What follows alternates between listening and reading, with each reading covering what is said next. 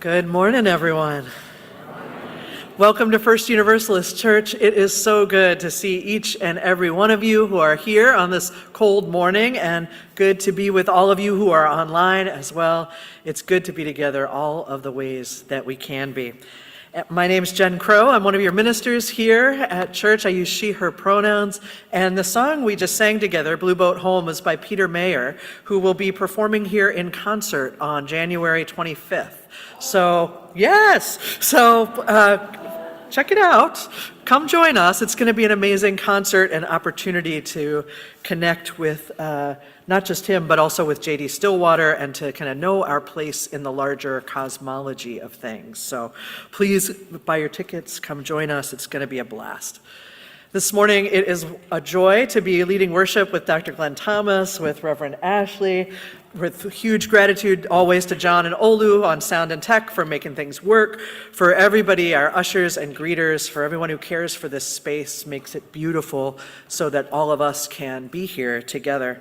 And this morning, a special shout out to our building and facilities crew, especially to Richard and Tracy and Jim. Richard, who noticed that the temperature in this building was dropping precariously yesterday and that the boiler wasn't working, and who did everything to make the space warm and working for us today. So I was really not wanting to be online, I gotta tell you. Here in this space, we know that beloved community is something that we create together, and it takes each and every one of us. It's something that we practice. A community so grounded in love that we are transformed individually and collectively. Beloved community is something we create together, by singing together, by sharing in stories, by moving and breathing together, by allowing ourselves to be inspired and renewed together. Here we inherit and create and sustain and pass on the universalist spirit of love and hope now and for times we shall never see, and we do it together. So welcome to this spiritual community of individual and collective transformation. If you are new or newish to our community, I invite you to join us for a place to start after the service. So a place to start is an informal conversation with a church member, Sarah Olson. You meet right up here after the service, and it's just a chance to get to know a little more about the church and for us to get to know a little bit more about you as well. Also, there's no spiritual way to say this, but watch out for the scammers. They are sending emails from fake email addresses that look like mine, asking for urgent favors and gift cards. So please just check the email address, and also know that I will not be asking you for urgent favors over email. If there's something I really need your help with, I will give you a call, I promise. So let's keep an eye out for ourselves and each other in this way. Now, something that is more spiritual. I invite us to arrive as fully as we can, just where we are. For me, I am taking a moment to notice where my body is in time and space. Noticing my feet squarely on the floor, my hands on this gorgeous pulpit, this opportunity to feel the air on my face. And I invite you in, if you wish, to 3 intentional breaths, that we might know our connection together.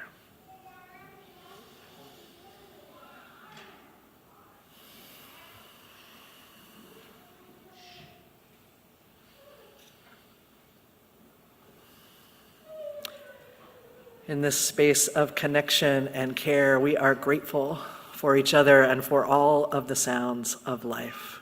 It is so good to be together.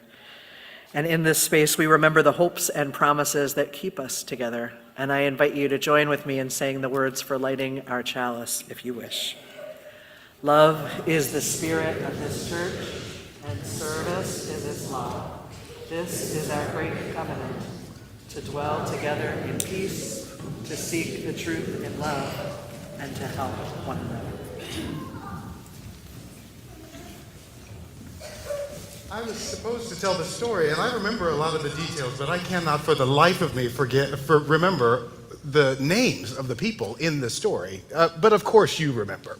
You know who I'm talking about. The story, there was one, and their name was what? Pablo, of course. Of course, it was Pablo. Now I remember, I recall. How could I have forgotten? How could I have forgotten? And then Pablo was joined by a second person in the story, and that person was Rosanna? Pablo and Rosanna. Away we go. Pablo and Rosanna were having a dream. They closed their eyes one night, and as they closed their eyes, they awoke to a world that was filled with people, bustling everywhere. And this entire place was run by an exchange. They gave and received coins of silver and gold and some platinum. Well, it worked like this. The more of those coins you had, the richer you were, and the more that you could get, and the more that you could give. What was that like, I wonder? What would happen if someone didn't have enough coins?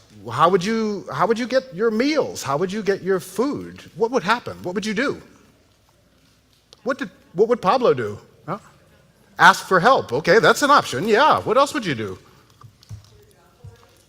Was it forage? Tell us what foraging is. Going and finding something that you don't typically think of as food. All right, all right. And then I saw someone over there. What else might we do? Barter. Okay. Yes, yes, indeed. I heard someone brought up a little in the previous service that they might rob each other, which opened my eyes. But ain't it true? You don't have enough coins, and you need what you need. There are some folks offer to do a job for someone for some of the coins. Yes, indeed. So jobs might be created. The even notion of jobs. Okay, well. So there are some people with these coins, some people without them. The people with the most coins are the richest ones. And how does that feel to be a citizen? Oh, citizens of the world of, let's call it money. How does it feel? Precarious. Tell us what precarious is. On the edge, don't know which way you're gonna fall. Yeah, okay. All right, so they didn't like this all that much. They wanted to dream another dream, so they closed their eyes, Pablo and Rosanna. Rosanna was first. Rosanna always gets to sleep first. I don't know why. And they closed their eyes and they awoke to a dream world, and this time the village was not run by coins. The village was a village of giggles and dance. Instead of pennies and nickels, instead of gold and silver, they were checking with the giggle standard and the Naz dance and the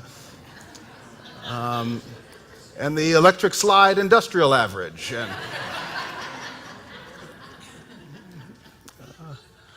Yes, and so if you wanted to get your meal, if you wanted to get housing, if you wanted to get what you needed to offer a giggle or a dance. Okay, so here we go.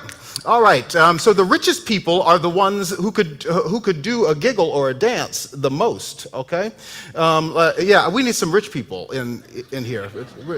Yeah, I see. There's some wealthy folks right there. Yes, fantastic. Yes, and it was contagious even, right? Because when I giggled, you giggled, and when I danced, you danced, and everybody was dancing and giggling. Yes, exactly. See, there's Yes, exactly. Fantastic. What did it feel like to be in this village? What would you do if you didn't have enough? If you didn't have enough in the world of giggles and dance, how would you get it? Grab somebody's hand and giggle for them. That's fantastic. Yeah, if you didn't have enough giggles for yourself, tickle someone. Of course you did. Of course you do. If you didn't have enough dance for yourself, Play a song. Yes, music comes alive in the world of giggles and dance when that's the exchange, certainly. And they had so much fun in this world. It was so strange, so bizarre, so beyond what they had imagined before that they decided to close their eyes one more time and have another dream. And as they closed their eyes, they opened them to a world that awoke on a village that was powered not by coins, not by gold and silver, not by giggles and dance, although they wanted to go back, but by giving and receiving, by sharing. For everything you needed, you had to share something. For everything you received, there was a sharing involved. So you had your share, I had mine. What if you didn't have enough share? How would you get what you need to get? What's that?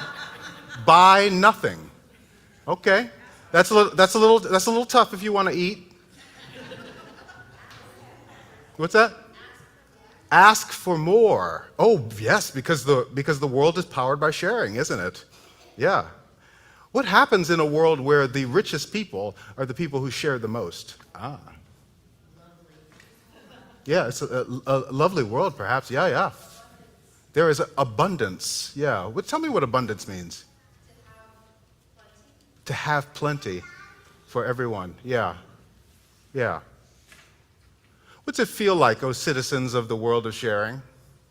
What's it feel like to live when it's not how much money you have, it's how much you can share that determines how important you are, your value in the world, how much you can share. What does that feel like? Content. What's that? Selfless, included. Community. Yeah. Do you know that all these worlds are possible? This is not multiverse theory. But all these worlds are possible. All these worlds are existing right now. Some of them, just like the rainbow's colors, some of them are refracting a little stronger than others. We live in a world that is showing us more and more how value can be measured in how much coin you have. But value can also be measured. You are just as important as the amount that you can laugh. And you're just as important as the amount that you can dance. I didn't say you had to dance well. The ability to move your body, the ability to move your voice, the ability to access your joy. And you are just as important as the amount you can share. And every single person in this place can share with abundance. It's not just the things that are in your hand, but it's your smile. It's good morning and meaning it. There's so much to share. There's so much to give and to receive. I need you to know that is so much of what's important in each one of you. That's what's important in me. If we can open the worlds where the giggles and the dance, where the sharing, the giving and receiving take as much importance, if not more, than the coins that we have and don't, then worlds of possibility open. And the story begins. The end.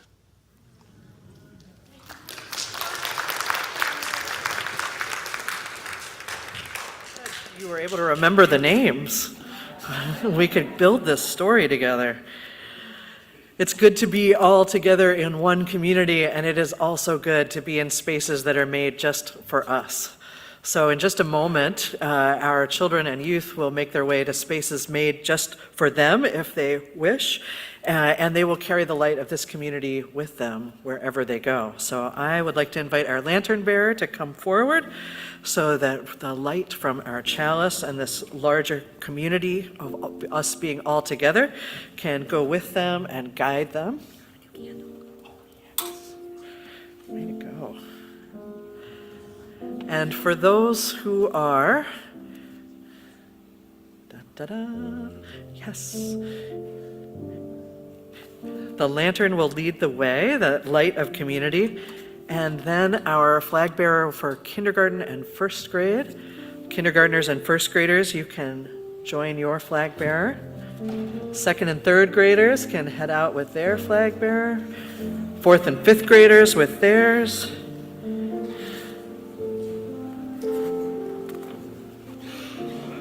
And let's sing everybody on their way with This Little Light of Mine.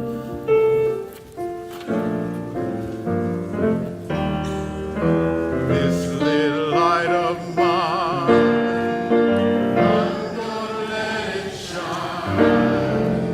This little light of mine, I'm gonna let it shine. This little light of mine, I'm gonna let it shine. Let it shine, let it shine, let it shine.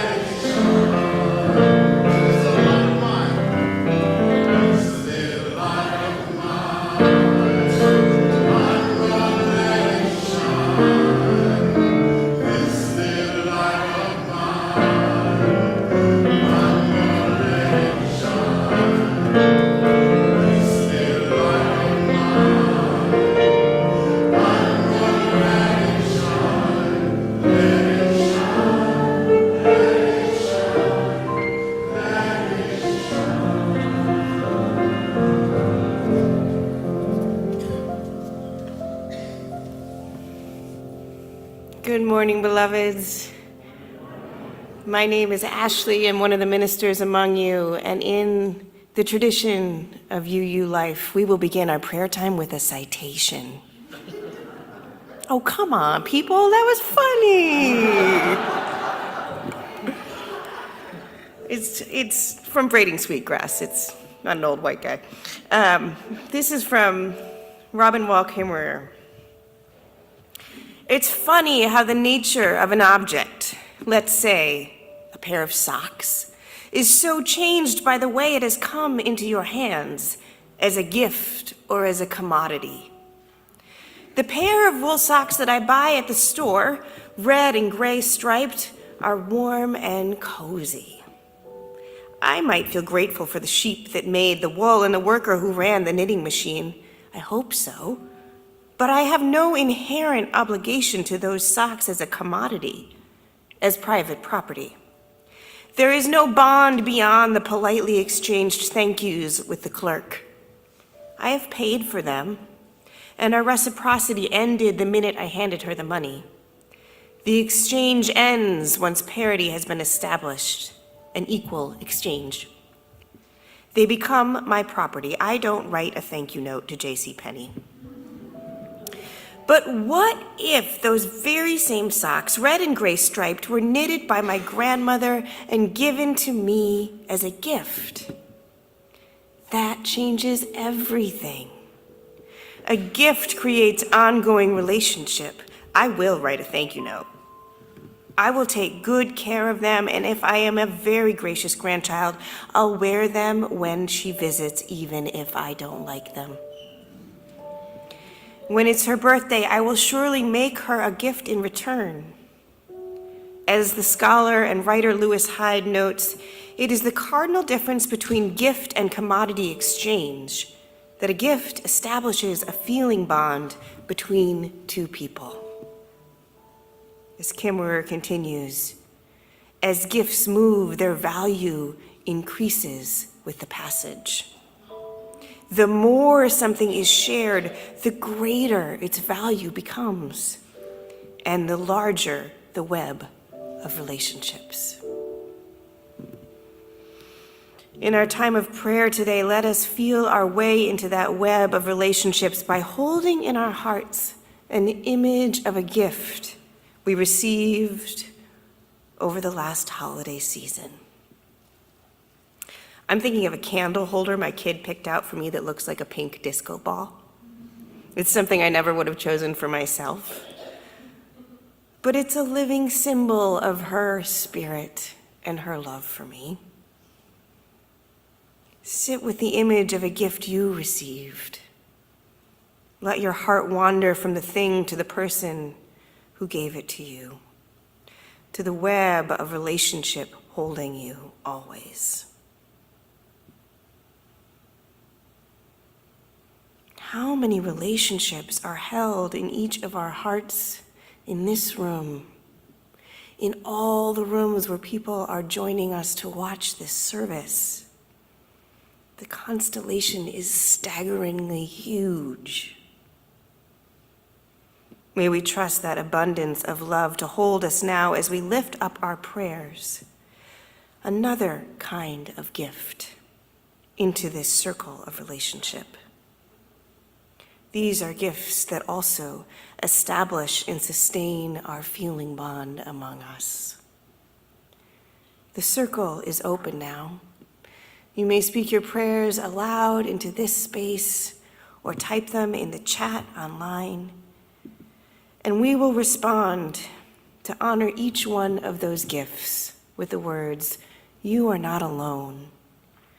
We are holding it together." Let us pray.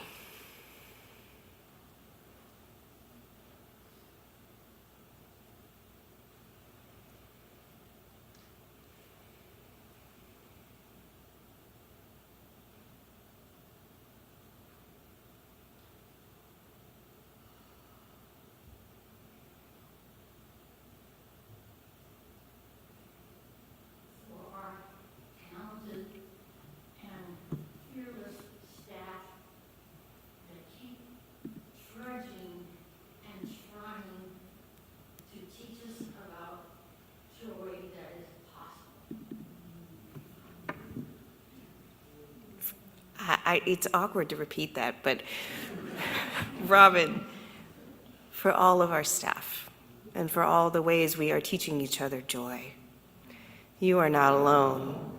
We are holding it together.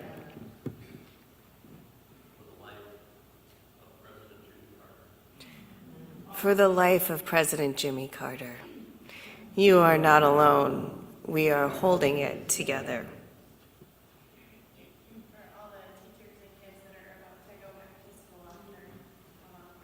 For all the teachers and kids who are about to go back to school after a long break, you are not alone. We are holding it together. Our hearts are with Brianna French and her mother, Sybil Williams, and their family on the death of Brianna's stepfather, Tommy Williams, this past week. A memorial service for Tommy will be held at church in the afternoon of Friday, January 17th. May all who love Tommy take comfort in the words of our minister emeritus, the Reverend John Cummins. There is but one place where time and death have no dominion. That place is love. You are not alone. We are holding it together.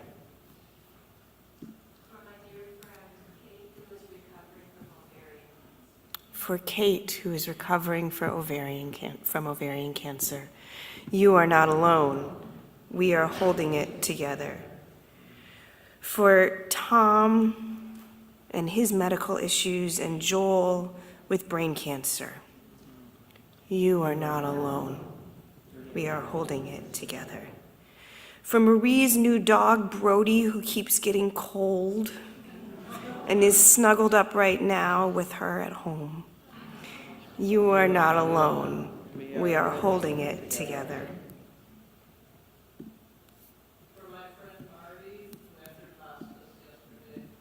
For Marty, who entered hospice yesterday, you are not alone. We are holding it together.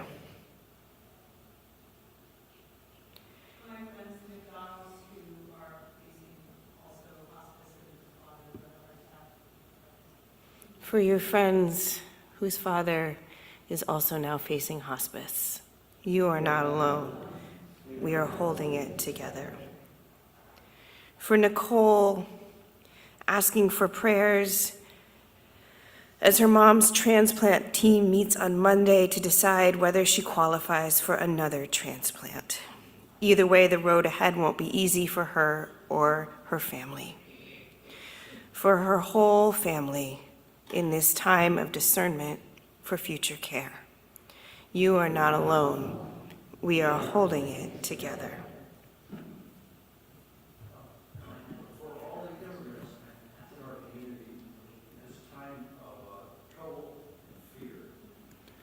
For all immigrants and all those facing uncertainty, you are not alone. We are not holding it together. From Kathy online, Kathy Pernew online, for my granddaughter who has mental health and addiction issues, for her husband and children. You are not alone. We are holding it together. And from Julie and Donna online, for our good friend Sam, who is working his way toward healing after a double lung transplant this week. You are not alone. We are holding it together.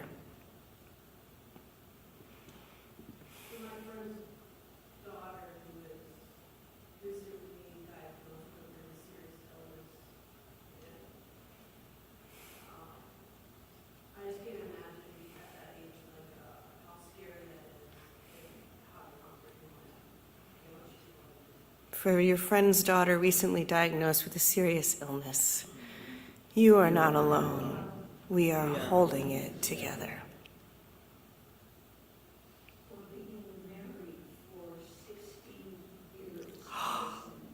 Kathy, for being married for 60 years, and Kathy clarifies, to the same person. You are definitely not alone. We are holding it together. From Kathy Geist, for our two cats, Tor and Pumpkin, who are being kept separated as they go through behavior therapy for one attacking the other. They are alone, but not in our hearts. You are not alone. We are holding it together.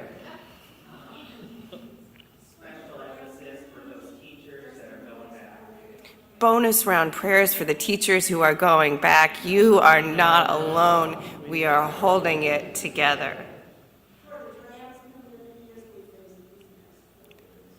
For the trans community as we face the next 4 years. You are not alone. We are holding it together.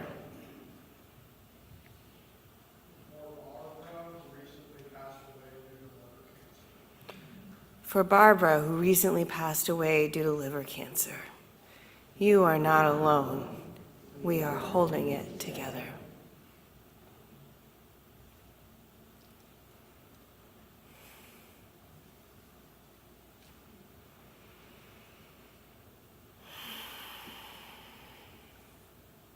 For all the prayers that rest silently on our hearts. For all the prayers that do not have words yet. We remind ourselves and each other, you are not alone. We are holding it together.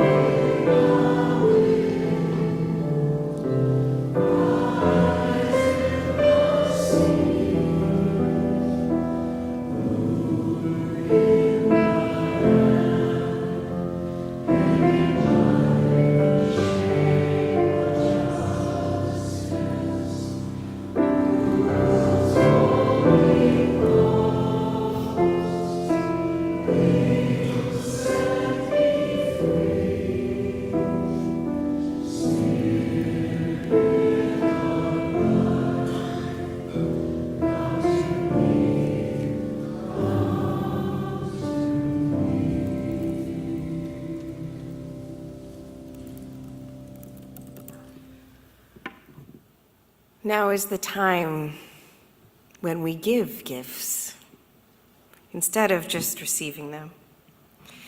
It's our time of offering, when we remember that pledges and commitments and all the ways we give to this community work the same way as the socks in the reading I shared earlier. Yes, they are about the thing itself. We need those funds to stay warm, to literally keep the heat on. And the thing itself is only a small part of its value. The value grows as the gift is passed among us, and it turns into the funds that pay for the apartment for the trans woman fleeing laws that criminalize her sacred body. The value grows as it pays for the time for a minister to hold space for a daughter to find the words to say I love you to her mother for the first time in decades. The value expands as it allows for one more volunteer to get trained to teach OWL, and each child who goes through that program who has the wisdom they need to care for their boundaries and body, no matter what the national laws might say. These are true stories about the value of our gifts as they expand and grow in our community. This is why I give to this church. This is why this church is my largest financial commitment of a gift, and my family's largest financial commitment of a gift. I know that every dollar I give here will not just support the finances of this community, as critical as they are, but will make relationships possible and allow each of us to flourish more fully. We are collecting our pledges and commitments now for the fiscal year that starts in July. I know when it is this cold, it is really hard to think about July. But this is what we are doing right now so that we can spend our energy come Inauguration Day on the ministry that matters most to the world, which is not about our own infrastructure. We need our commitments from you as soon as possible so that we can get about the work that the world so desperately needs from us. This morning, we also have a community offering that goes to Appetite for Change, an organization transforming lives in North Minneapolis. Appetite for Change builds a gift economy through food. They grow urban farms and share fresh, healthy produce with their neighbors. They train young leaders to feed their communities. They ensure families have access to meals that nourish both body and spirit. Their work shows how shared resources create thriving communities. Let us give boldly now with our gifts. And if this is a week when you need to do the oftentimes harder thing of asking for and receiving support, I invite you to speak to any of the ministerial staff after worship, or to send us an email online, and know that we are here with our resources also to remind you that you are not alone and we are holding it together. May it be so, may we make it so, and let us receive our morning offering.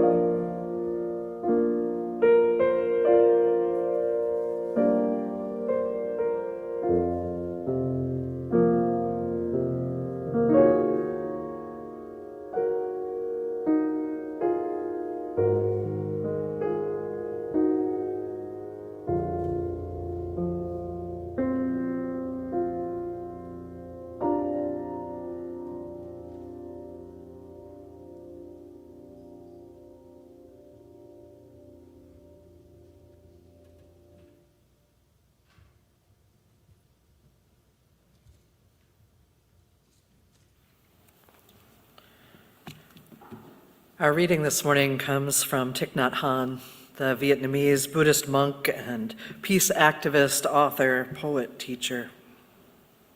It's titled The Good News. The good news, they do not print. The good news, we do print. We have a special edition every moment, and we need you to read it.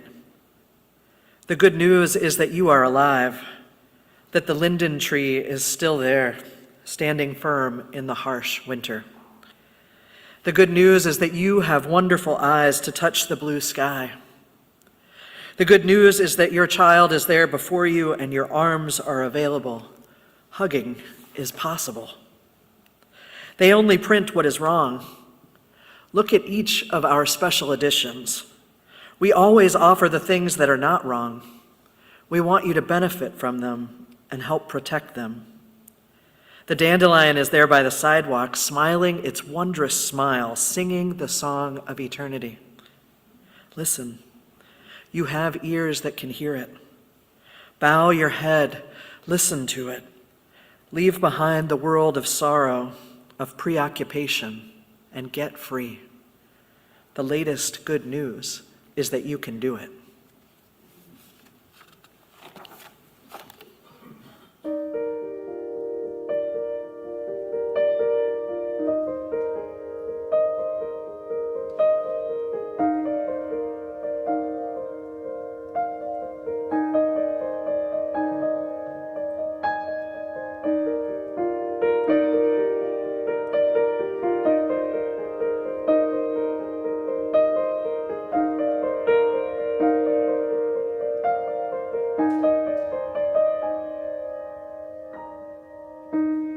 Imagine there's no heaven. It's easy if you try.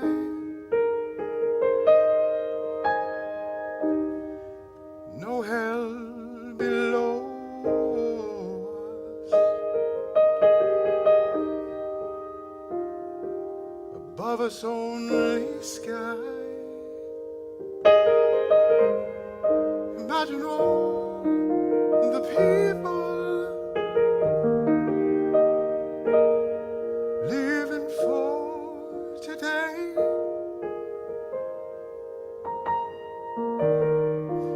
Imagine there's no countries. It isn't hard to do. Nothing to kill or die for. No religion too. Imagine all the people living life in peace. You can say that I'm a dreamer, but I'm not the only one. I hope someday you will join us, and the world will be as one.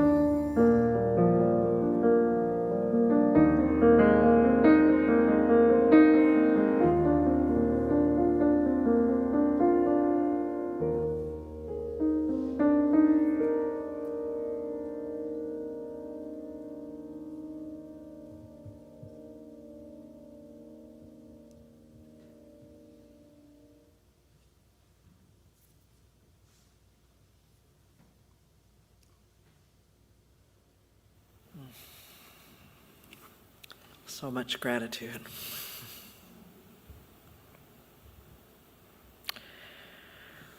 Was it a nightmare or a dream of a utopia? Maybe both. It's the experience I had at one of the lowest points, I would say, in my own life. It was right after our house fire about 8 years ago, when we had lost just about everything. Nowhere to live, no clothing or shoes or familiar physical comforts beyond each other, which we knew were the most important things, no doubt. The fear I felt often in the aftermath of that fire was absolutely terrifying. It definitely felt like a nightmare. When I realized that insurance wasn't going to provide any significant financial relief for months and we needed everything. In this world I had been brought up into, where I had been taught that security was something that rested on my ability to provide financially, and all of our possessions were suddenly gone. The financial future was deeply uncertain. This idea that I was supposed to be able to fix this on my own somehow was clearly not real. In the middle of the night, I would get gripped by this terror. I'd find myself curled up on the bathroom floor, trying to let everybody else keep sleeping, when it felt like the whole world had opened up beneath me and swallowed me up. I knew I couldn't find my way out of this on my own.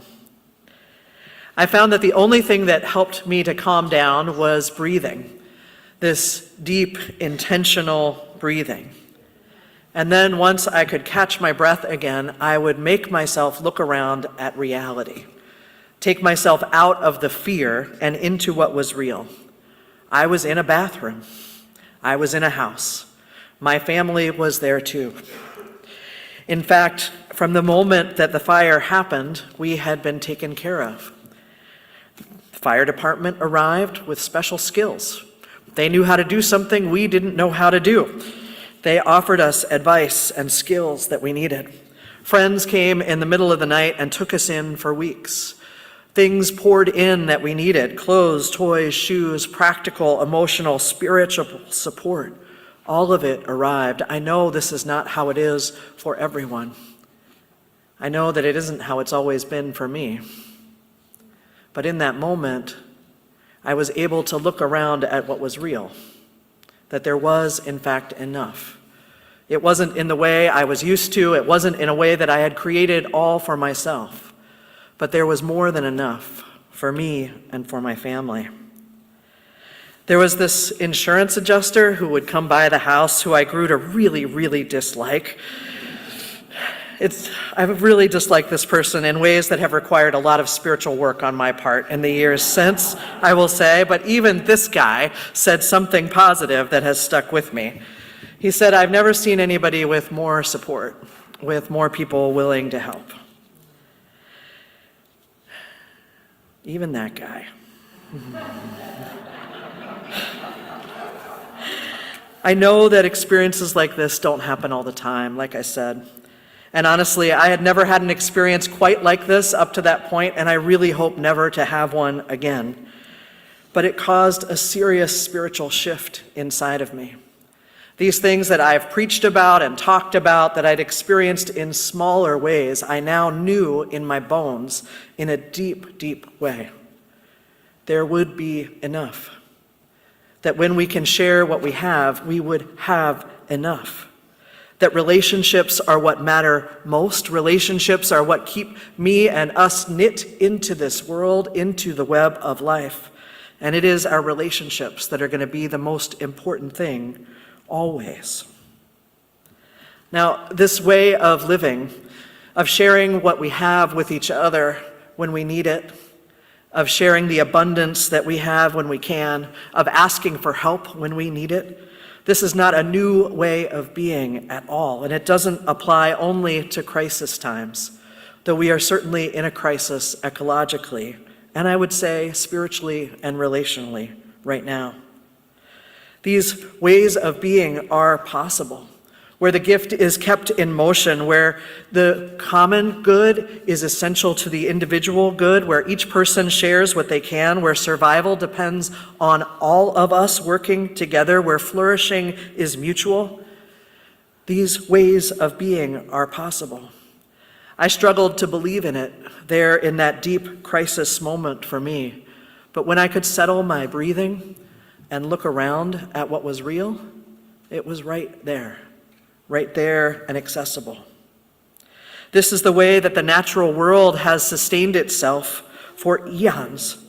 These are the ways that indigenous people and all kinds of cultures and people who have survived oppression and marginalization have lived and found a way to thrive for generations.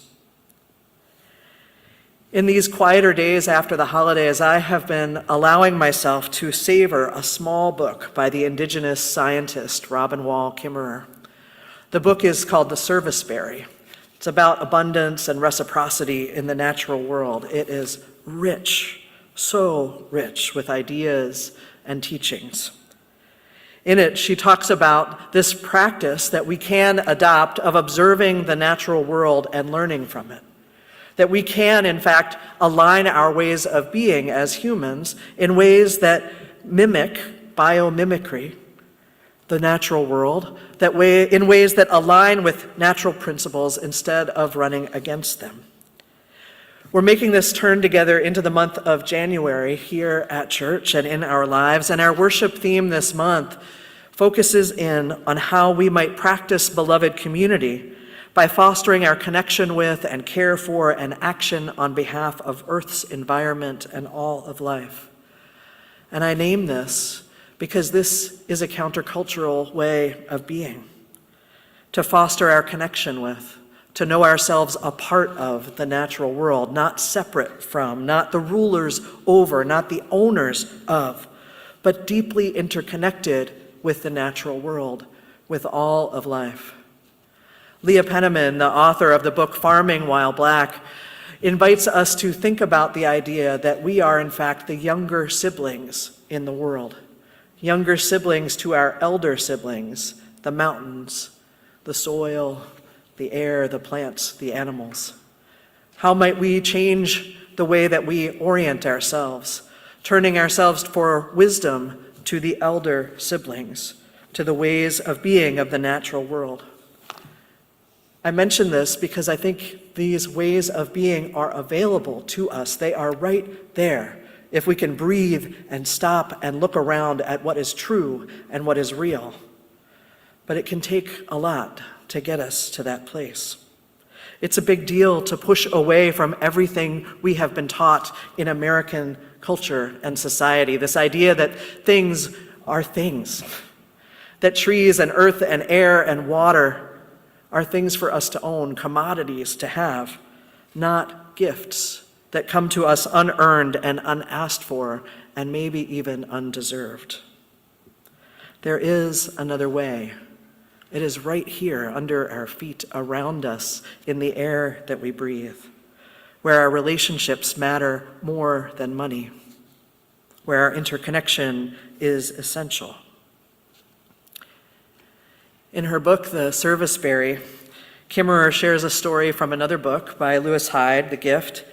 And in this story, drawn from linguist Daniel Everett, he's telling us about what he has learned from a hunter-gatherer community in the Brazilian rainforest. The anthropologist tells us this. He's observing a hunter in this society who has brought home a sizable kill, far too much to be eaten by his own family. The researcher asks how the hunter is going to store the excess. Smoking and drying technologies were well known and available. Storing the meat was possible. But the hunter was puzzled by the question, store the meat? Why would he do that? Instead, he sent out an invitation to a feast, and soon the neighboring families were gathered around his fire until every morsel was consumed. This seemed like maladaptive behavior to the anthropologist, who asked the question again. Given the uncertainty of meat in the forest, why didn't the hunter store the meat for himself, which is what the economic system of his home culture would predict? Store my meat? Asked the hunter. I store my meat in the belly of my brother. I store my meat in the belly of my brother. Kimmerer reminds us these are words that represent a gift economy. A gift economy that is in fact the antecedent economy to market economies. It's a different way of organizing how we sustain life. In a gift economy like this, she says, wealth is understood as having enough to share. Being wealthy, status actually comes by how much you give away.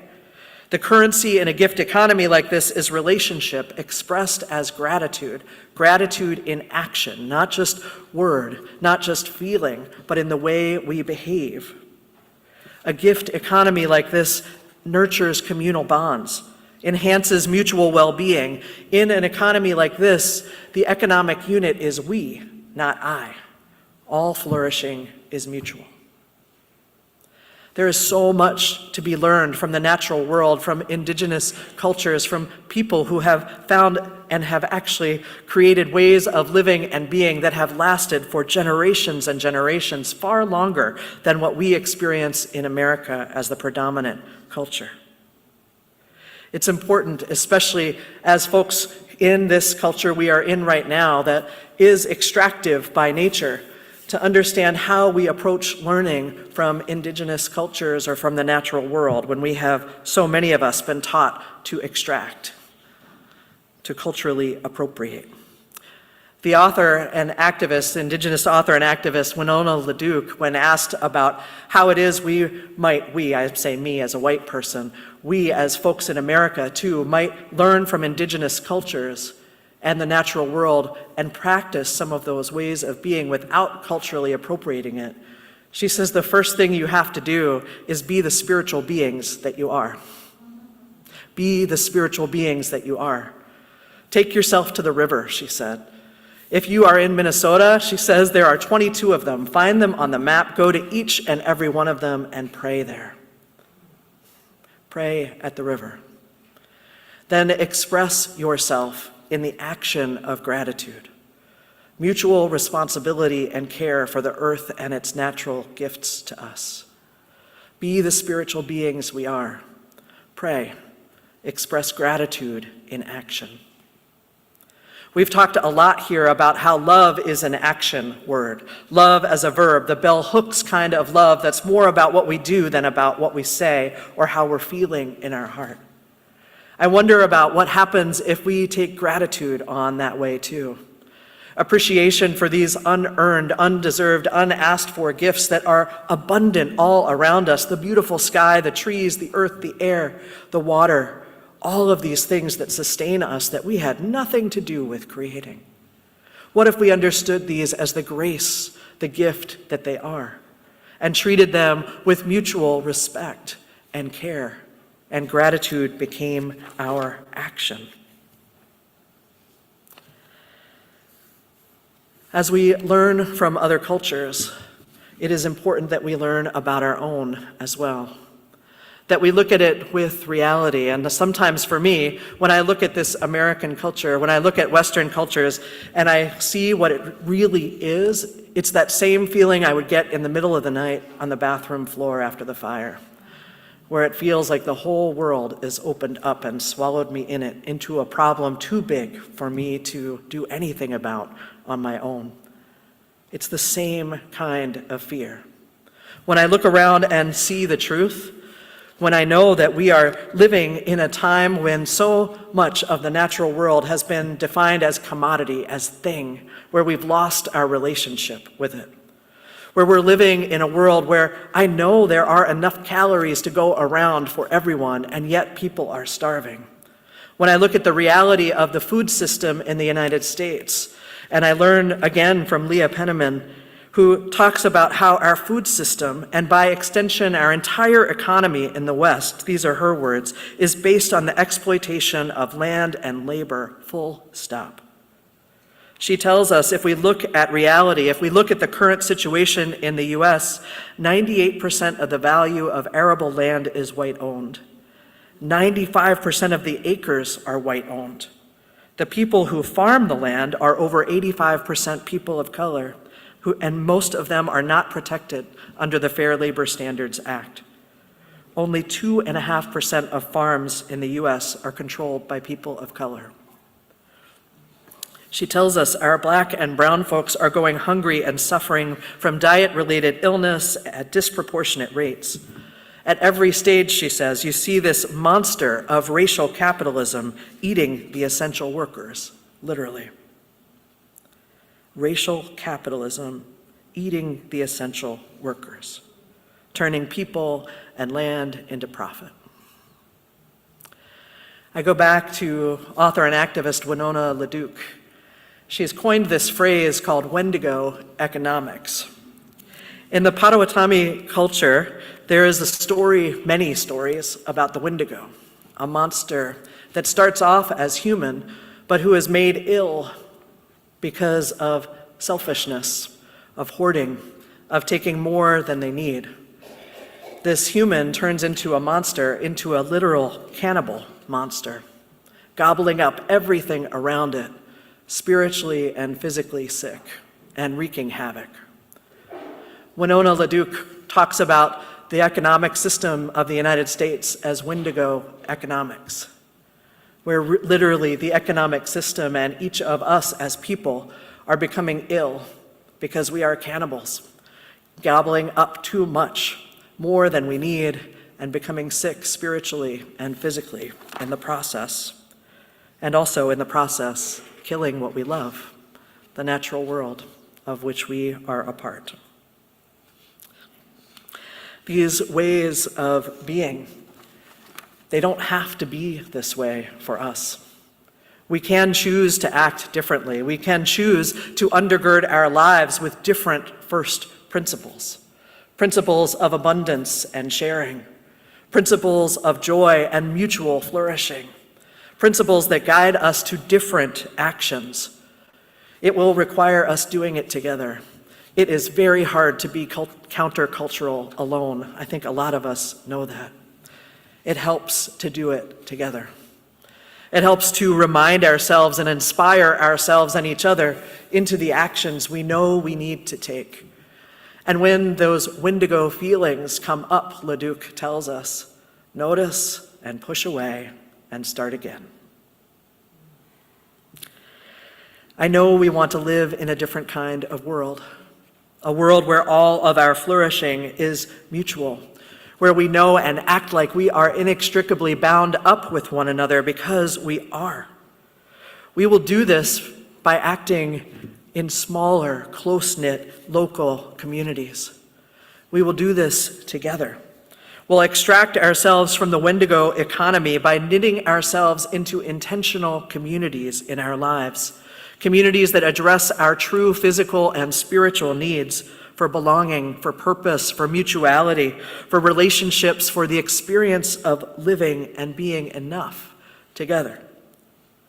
This is one of the ways we are at church, a place where we share what we have with each other, physical, spiritual, emotional, where we remember that there are other ways of being, ways that can carry us into different ways of acting and living and loving.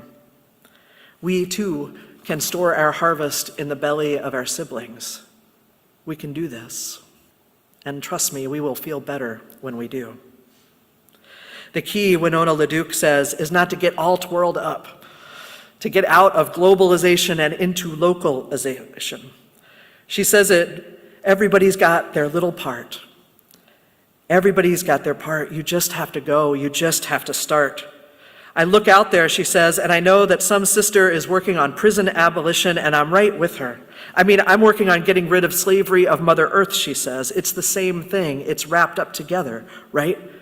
I look out there, she says, and someone's doing this healing work, but my job is gardening. Well, that's healing. That's healing too. We all have our pieces, she says. That's it. The antidote to globalization is localization. So keep making things local. Keep investing in small, close-knit communities. That's how you make the change, she says. That helps deconstruct this whole, this Wendigo economy, and holds responsibility for us with each other. This is what we do here. These are the ideals and the ways of being we are trying to live into. Each of us doing our part, knitting ourselves into community, storing our abundance in the belly of our neighbors. We have a practice here at First Universalist of joining with community partners who bring experience and expertise to the faithful action efforts that we also want and need to be a part of. Recently, First Universalist has partnered with the Pink Haven Coalition. Look it up. It's an amazing group. The Pink Haven Coalition is there to support trans and gender expansive folks who are making the move to safer states in the U.S. Now, in our partnership with them already, we have learned some important things, learned by listening to the people in the greatest need about what their priorities are. We've learned that the two greatest challenges experienced by trans and gender expansive folks who are needing to make a move to a safer state, the two biggest challenges right now are poverty and the experience of trauma. Poverty and trauma. And we are lining ourselves up here at First Universalist to try to be a support in those two needs. We are a community together, along with Shir Tikva, who have decided to become a welcoming village for trans folks who are making the move to Minnesota as a safer place to be. We've identified that First Universalist is a community that has a history of and can help with housing. We can help find places to live and support folks as they are making the move. We can also support the payment of the rent so that folks have a safe place to land when they are coming here and can get themselves situated and stable. Now, we have been matched up already with a group of folks from Florida who are needing to make the move to Minnesota. The first person of that group will be arriving in mid-January.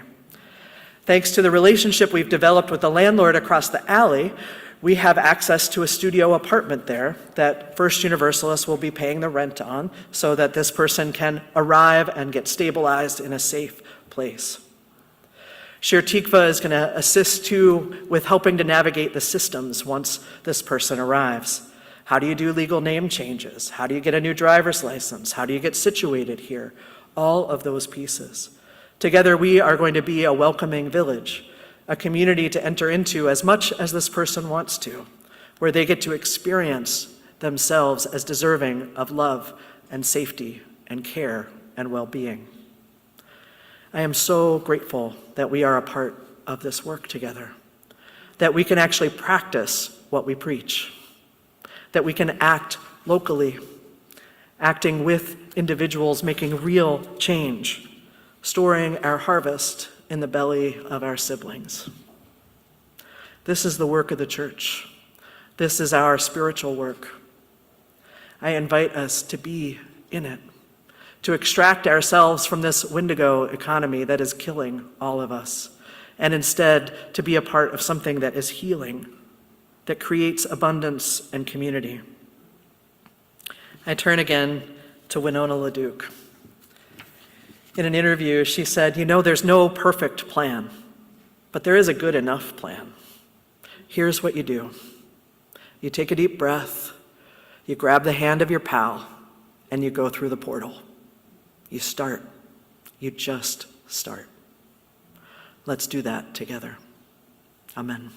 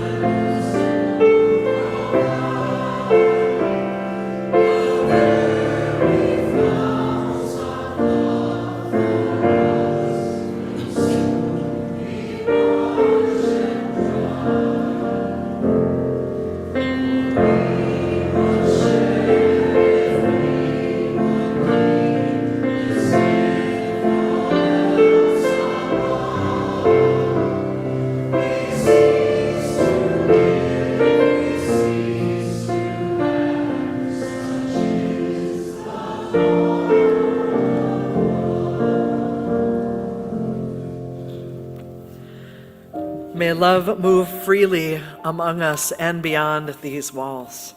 May we trust that relationships are our true wealth, that we can make a difference, that we can do it together. I remind us, if you are new, join us for Place to Start up here right after the service. Join us for fun at our all ages formal on the 18th. Join us for Peter Mayer on the 25th. Join us for coffee and conversation in the social hall. And take the love that is in your heart and share it with the world. Amen.